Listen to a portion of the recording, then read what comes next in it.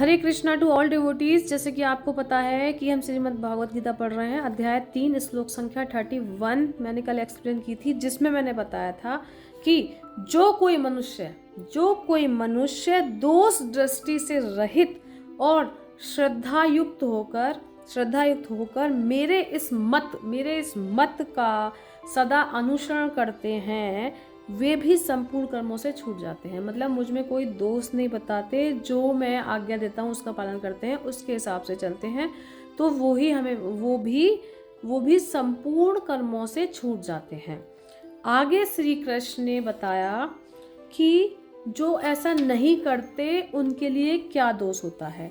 इस प्रकार भगवान अपने उपयुक्त मत का अनुष्ठान करने का फल बतलाकर अब उसके अनुसार न चलने से क्या हानि है वो बताते हैं। तो श्लोक संख्या 32 है, ये त्वेदभयाशूयन्तो नानुतिष्ठन्ति मे मतम् सर्व ज्ञान विमूढ़ास्थान विदिति नष्टान चेतसः। मतलब परंतु जो मनुष्य मुझ में दोषारोपण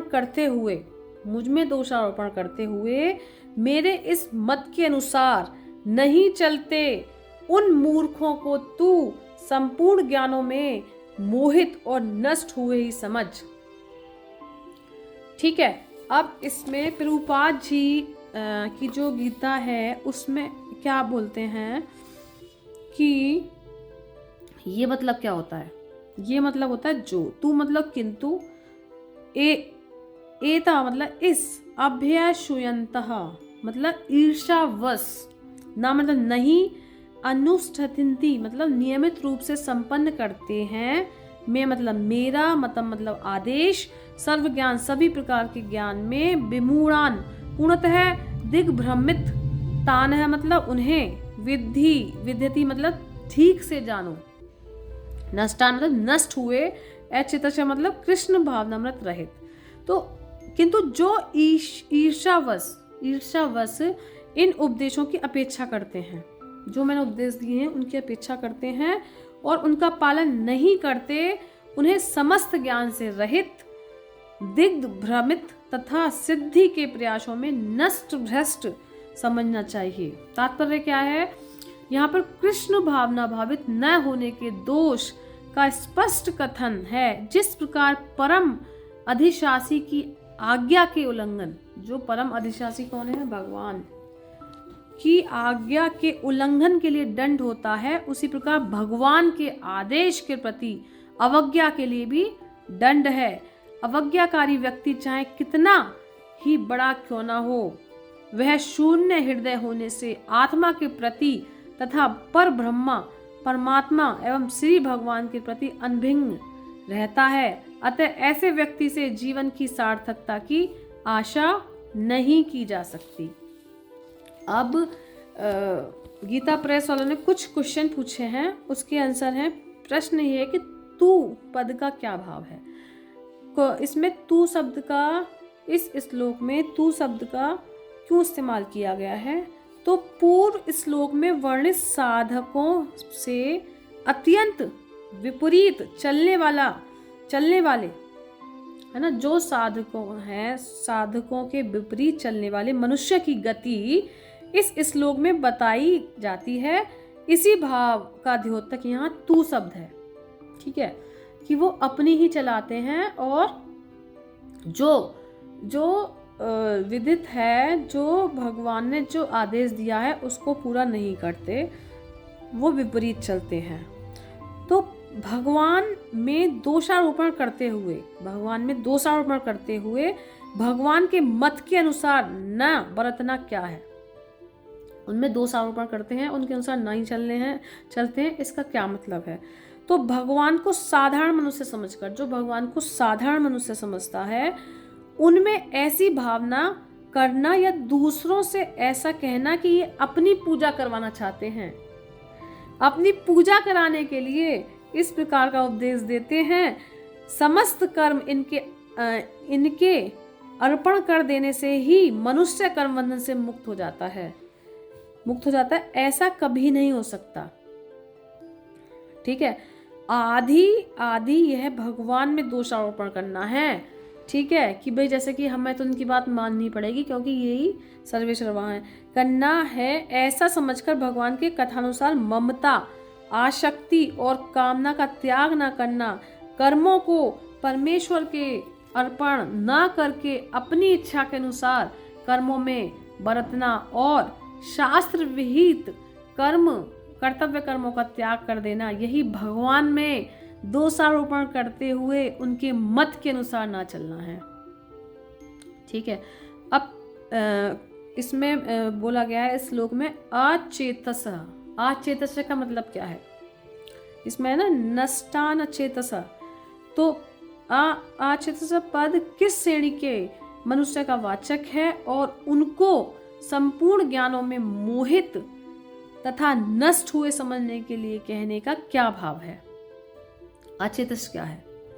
जिसके मन दोषों से भरे हैं। जिसका मन क्या है? दोषों से भरा है, जिसमें विवेक का अभाव है, जिसमें विवेक का भी अभाव है, जिसकी विवेक शक्ति शून्य हो गई है, बुद्धि का अभाव है, और जिसका चित्त बस में नहीं है, उसका चित्त जो है, उसका मन जो है, उसका मन बस में नहीं है, ऐसे मूर्ख तामसी मनुष्य का वाचक अचेतस है। चेतना, जिसकी चेतना जो है बस में नहीं है, उनको संपूर्ण ज्ञानों में मोहित और नष्ट हुए समझने के लिए कहने का यह भाव है कि ऐसे मनुष्यों की बुद्धि विपरीत हो जाती है। जो सब कुछ कृष्ण पर समर्पित नहीं करते, उन पर विश्वास नहीं करते, तो उनकी बुद्धि क्या हो जाती है? शून्य हो जाती है, और मनुष्य की बुद्धि विपरीत हो जाती है। वे लौकिक और पारलौकिक सब प्रकार के सुख साधनों को विपरीत ही समझने लगते हैं। इसी कारण वे विपरीत आचरणों में प्रवृत्त हो जाते हैं। इसके फलस्वरूप उनका इस लोक और परलोक में पतन हो जाता है। वे अपनी वर्तमान स्थिति से भी भ्रष्ट हो जाते हैं और मरने के बाद उनको अपने कर्मों का फल भोगने के लिए सूकर, कुकर आदि नीच योनियों में जन्म लेना पड़ता है।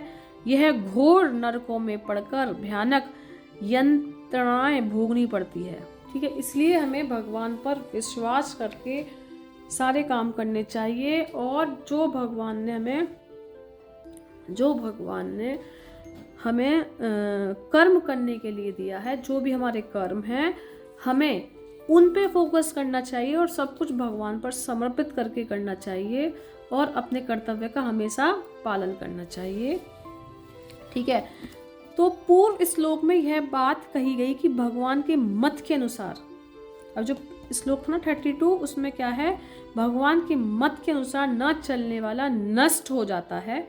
इस पर यह जिज्ञासा होती है कि यदि कोई भगवान के मत के अनुसार कर्म ना करके हठ पूर्वक कर्मों का सर्वदा त्याग कर दे तो क्या हानि है? कर्मों का सर्वदा त्याग कर दे तो क्या हानि है? इस पर कहते हैं, कौन कहते हैं? भगवान। सदृशम चेसतते स्वयं प्रकृतेर ज्ञानवानपि प्रकृतिम यान्ति भूतानि निग्रह किम करिष्यति। कि सभी प्राणी प्रकृति को प्राप्त होते हैं। सभी प्राणी जो होते हैं प्रकृति को प्राप्त होते हैं, अर्थात अपने स्वभाव के परवश हुए कर्म करते हैं। उनका स्वभाव होता है, उसके वशीभूत होकर कर्म करते हैं। ज्ञानवान भी अपनी प्रकृति के अनुसार चेष्टा करता है, फिर इसमें किसी का हट क्या करेगा? ठीक है, तो सभी प्राणी प्रकृति को प्राप्त होते हैं, इस कथन का क्या भाव है? तो इसमें यह भाव दिखलाया गया है कि जिस प्रकार समस्त नदियों का जल जो स्वाभाविक ही समुद्र की ओर बहता है, उसके प्रभाव को हठ पूर्वक रोका नहीं जा सकता। जिसका जो स्वभाव है उसको रोका नहीं जा सकता इसी प्रकार समस्त प्राणी अपनी अपनी प्रकृति के अधीन होकर प्रकृति के प्रभाव में पड़े हुए प्रकृति की ओर जा रहे हैं। इसलिए कोई भी मनुष्य हठ पूर्वक सर्वदा कर्मों का त्याग नहीं कर सकता। हाँ, जिस तरह नदी के प्रभाव को एक ओर से दूसरी ओर घुमा दिया जा सकता है, उसी प्रकार मनुष्य अपने उद्देश्य का परिवर्तन करके उस प्रवाह की चाल को बदल सकता है। अपने आप में बदलाव कर सकता है, यानी राग द्वेष का त्याग करके उन कर्मों को परमात्मा की प्राप्ति में सहायक बना सकता है। जैसे नदी का प्रवाह भी हम रोक सकते हैं। तो प्रकृति शब्द का यहाँ क्या अर्थ है? तो जन्म जन्मांतर में किए हुए कर्मों के संस्कार और स्वभाव के रूप में प्रकट होता है, उस स्वभाव का नाम प्रकृति है। ठीक है, जो जन्म जन्मांतर में किए हुए कर्मों के संस्कार जो स्वभाव के रूप में प्रकट होते हैं, उस स्वभाव का नाम प्रकृति है। यहाँ ज्ञानवान शब्द किसका वाचक है? परमात्मा के यथार्थ तत्व को जानने वाला भगवत प्राप्त महापुरुष का वाचक यहाँ ज्ञानवान पद है। ठीक है, अब सदृशम मतलब होता है अनुसार। सदृशम चेष्टते स्वयं प्रकृतेर ज्ञानवानपि प्रकृतिम यान्ति ही भूतानि निग्रह किम करिष्यति। सदृशम मतलब अनुसार, चेष्टते मतलब चेष्टा करता है, स्वया अपने, प्रकृति है मतलब गुणों से, ज्ञानवान मतलब विद्वान, अपि मतलब यद्यपि, प्रकृति मतलब प्रकृति को, यान्ति मतलब प्राप्त होते हैं, भूतानि मतलब सारे प्राणी, निग्रह मतलब दमन, किम मतलब क्या, करिष्यति मतलब कर सकता है। ज्ञानी पुरुष भी अपनी प्रकृति अनुसार कार्य करता है, क्योंकि सभी प्राणी तीनों गुणों से प्राप्त अपनी प्रकृति का ही अनुसरण करते हैं। भला दमन से क्या हो सकता है? तो तात्पर्य क्या है? कृष्ण भावनामृत के दिव्य पद पर स्थित हुए बिना प्रकृति के गुणों के प्रभाव से मुक्त नहीं हुआ जा सकता। जैसा कि स्वयं भगवान ने 7वें अध्याय में कहा है, अतः सांसारिक धरातल पर बड़े से बड़े शिक्षित व्यक्ति के लिए केवल सैद्धांतिक ज्ञान से आत्मा को शरीर से पृथक करके माया के बंधन से निकल पाना असंभव है। ऐसे अनेक तथा कथित अध्यात्मवादी हैं जो अपने को विज्ञान में बड़ा चढ़ा मानते हैं, किंतु भीतर भीतर वे पूर्णतः प्रकृति के गुणों के अधीन रहते हैं, जिन्हें जीत पाना कठिन है। ज्ञान की दृष्टि से कोई कितना ही विद्वान क्यों ना हो, किंतु भौतिक प्रकृति की दीर्घकालीन संगति के कारण वह बंधन में रहता है। कृष्ण भावनामृत उसे भौतिक बंधन से छूटने में सहायक होता है, भले ही कोई अपने नियत कर्मों के करने में संलग्न क्यों ना हो। अतः पूर्णतः कृष्ण भावना भावित हुए बिना नियत कर्मों का परित्याग नहीं करना चाहिए। किसी को भी सहसा अपने नियत कर्म त्याग कर तथा कथित योगी या कृत्रिम अध्यात्मवादी नहीं बन जाना चाहिए। अच्छा तो यह होगा कि यथा स्थिति में रहकर श्रेष्ठ प्रशिक्षण के अंतर्गत कृष्ण भावनामृत प्राप्त करने का प्रयत्न किया जाए। इस प्रकार कृष्ण की माया के बंधन से मुक्त हुआ जा सकता है। इस प्रकार श्लोक संख्या 32 और 33 मैंने कंप्लीट कर दी है। तो हमें सार ये है कि हमें भगवान पे आश्रित रहना है, उन पे पूर्ण विश्वास करना है और अपने कर्मों में संलग्न रहना है। हरे कृष्णा।